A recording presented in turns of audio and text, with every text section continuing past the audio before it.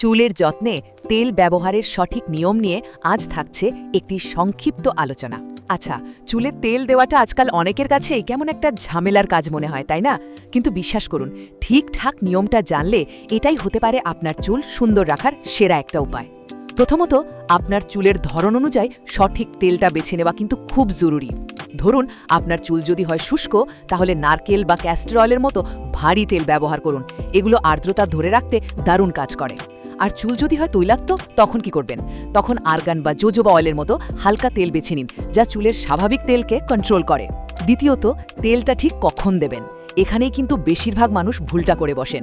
দেখুন, আপনার চুল যদি শুষ্ক প্রকৃতির হয়, তাহলে সবচেয়ে ভালো হয় আগের রাতে তেল দিয়ে পরের দিন শ্যাম্পু করা। এতে চুলটা আর্দ্রতা শুষে নেওয়ার জন্য অনেকটা সময় পায়। আর তৈলাক্ত চুলের ক্ষেত্রে শ্যাম্পুর ঠিক 1 ঘন্টা আগে তেল দিন।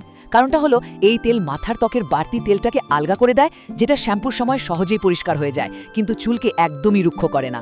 তো মূল কথাটা হলো, আপনার চুলের ধরন বুঝে তেল দেওয়ার নিয়মটা ঠিক করে নিলেই সুস্থ সুন্দর চুল পাওয়াটা কিন্তু একদম সহজ।